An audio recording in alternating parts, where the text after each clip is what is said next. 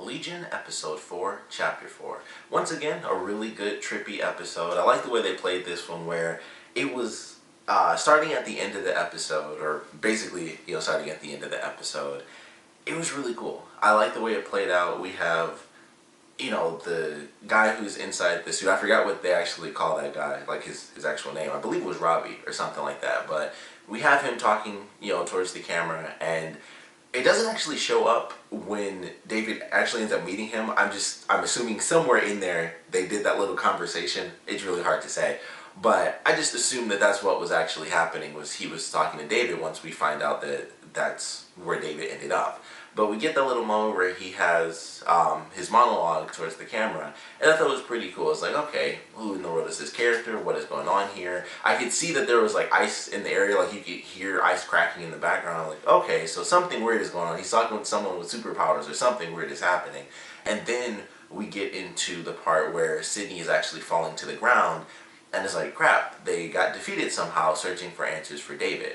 And so the way it kind of jumps around like that, where it starts off in the past, and then we have kind of the narration going throughout the rest of the episode as to all the weird things that are happening with these characters. We find out a bunch of really interesting stuff. This is probably my favorite episode as far as what we learned about not just David, but a lot of the different characters. We learned about the two Carries, and that they actually exist in one body, which I thought was very interesting.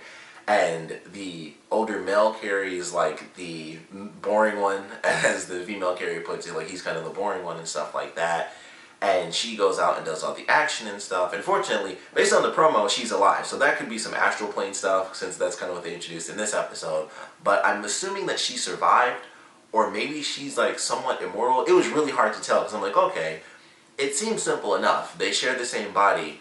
But she did jump out that window, like, face first, and she was on the second floor. I'm like, alright, well, if she got up from that, I'm kind of assuming that she can't actually die, but it's impossible to know. Like, we have to really see how that's going to play out in this next episode, because I thought for sure that she would be dead based on where she was shot, but in the promo, she seemed fine. She was with the rest of the team. She and Wallace, Wallace has kind of been in all the episodes, but she kind of joins the team as they go out and have their little adventure, and I really loved it. Honestly, I thought it was really cool to have such a deep focus on the characters trying to find more answers about David, rather than focusing so much on David in this episode, considering all the craziness that they end up going through. Like, he had, his moment where he's in the astral plane, he ends up running into, I don't know why that guy's in the suit. I kind of hope we get an answer to that. That was just very interesting. Like, why is he in that, the diver's suit? But he ends up running into him on the astral plane, and the guy explains to him, like, hey, you brought this monster with you, it makes you forget, which is really smart. And he tries to tell him, he's like, I'll watch for you as best I can, but things are only real if you make them real. And along with that, we find out that Lenny, although she technically existed, she didn't know him as long as it seemed. We find out that Lenny was actually Benny in the past. Maybe Lenny was never a woman in the first place. Like, we don't really know.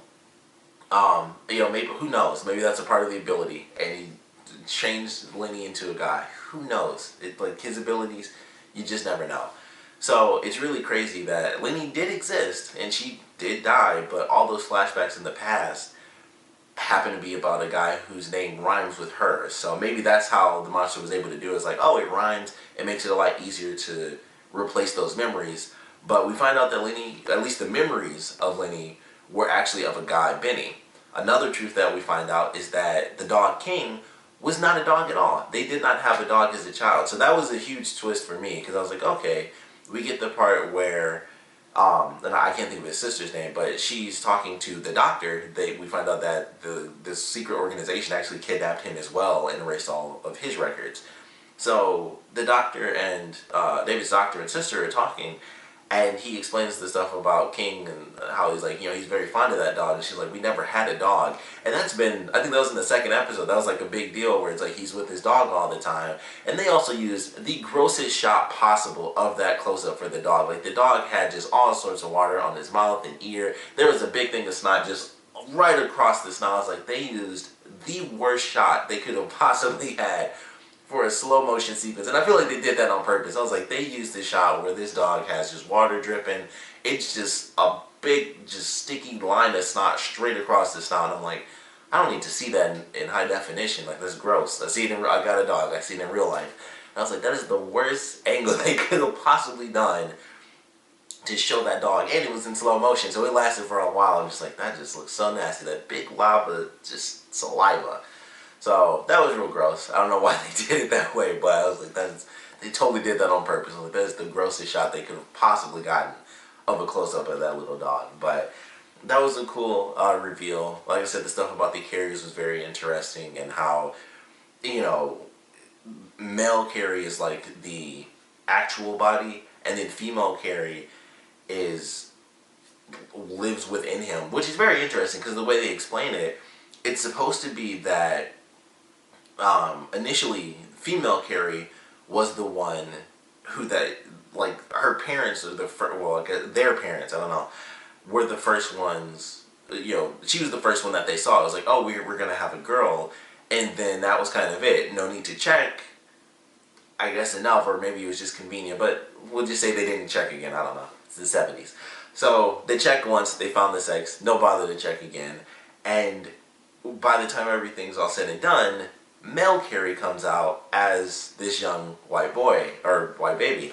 So it was interesting where they found out that it was a girl first, and then male Carrie came along, and I was like, that's weird. I would think, with the way they explained the story, you know, he would have been the one that they discovered first, and then she came out, and so some weird stuff happened. So it was really weird how that ended up playing out, where, you know, they knew that it was her, it was a girl first, and then male Carrie was the one that came out, and the whole story is that she lives within his body, but there was never any weird thing about them being twins or anything like that, where it's like, oh, we're having 2 kids, and then they find out they only end up having 1. There's some weird stuff like that. So I was like, that's funny how that would play out with considering the fact they talk about, like, she comes out of his body, they don't transform.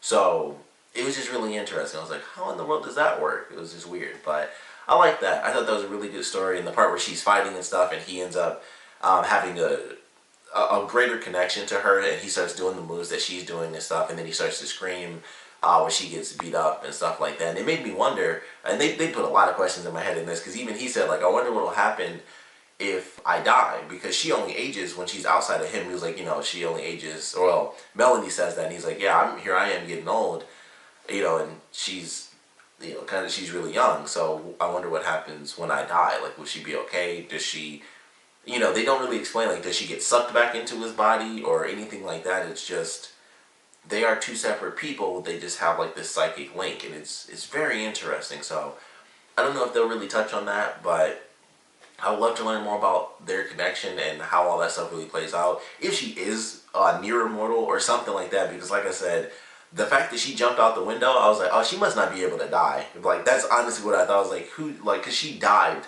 head first out of the 2nd-story window, and she got right up when she was fighting those people. She didn't have a single scratch from any of that glass or anything. She got beat up, but she was fine. And then, of course, her getting shot, like I said, based on the promo, she's fine once again. So I don't know what the case is. I think we might get another answer to that, but I thought it was really cool. So I love that connection.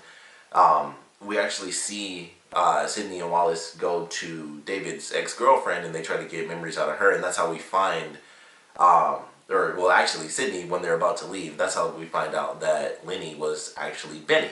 So that was interesting. And then the crazy line, I don't know if this was because of the one guy who has the ability to, like, make people see what he wants, but when they're like, you know, do you want us to tell David anything? She's like, they're watching. I was like, what the F does that mean? Like, that came out of nowhere.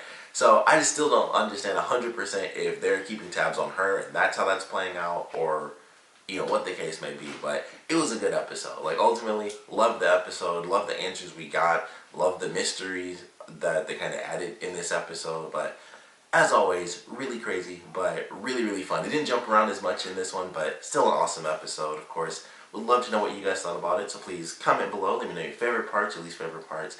And I actually want to know what you guys think about them introducing the astral plane. Do you guys want to see more of that? Do you not care so much about that? It's a huge part of, especially if you're big on X-Men, you know, psychics who are very powerful going to the astral plane and astral projection, all that stuff. They make it seem really trippy, and I love the sequence they did where it was a green screen, and they had him like walking through the walls and stuff like that, but certain objects were real. I actually thought that was a really well done visual segment. But like I said, would love to know what you guys thought about the astral plane being introduced in this episode, and what you guys thought about the episode in general. So please comment below, let me know, and thanks for watching.